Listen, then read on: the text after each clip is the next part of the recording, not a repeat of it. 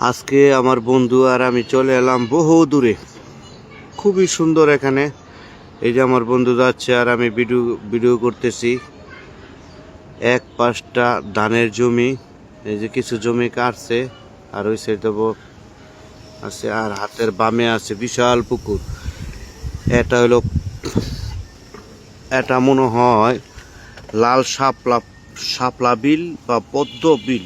এটা একটা স্পট, রিসোর্টের মতো বিশাল এলাকা নিয়ে অবস্থিত। এই যে চতুর সাইডটা নিয়ে অবস্থিত। আমি আর আমার বন্ধু যাচ্ছি এখন। এই যাওয়ার রাস্তাটাও খুবই সুন্দর। রাস্তার পাশে একটা পুকুর, আর ওই পাশটাও খুব সুন্দর। এই যে খুবই সুন্দর, লোহার উপরে কাঠ বিছানো। এই আমার বন্ধু যাচ্ছে। ওই পাশটা আবার পুকুরটা শেষতাছে, সেজন্য আমার বন্ধু কথা বলতেছে, ওখান থেকে মাছ ধরবে, তারপরে আবার রওনা দিল। এই যে এটা ভিতরের সাইড। আমার বন্ধু যাচ্ছে আর আমি ভিডিও করছি। খুবই সুন্দর। এটা পদ্ম পার্ক। আমি এখানে নতুন আসলাম,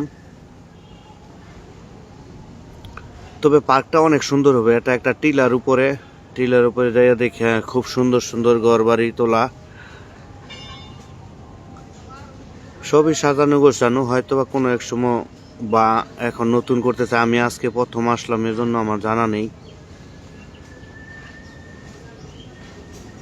ভিতরটা এটা উপরের সাইড খুবই সুন্দর। এই যে আমার বন্ধু যাচ্ছে, আমার বন্ধু হিরু, সে যাচ্ছে আর আমি ভিডিও করতেছি। এই রাস্তা খুবই সুন্দর, রাস্তা করা।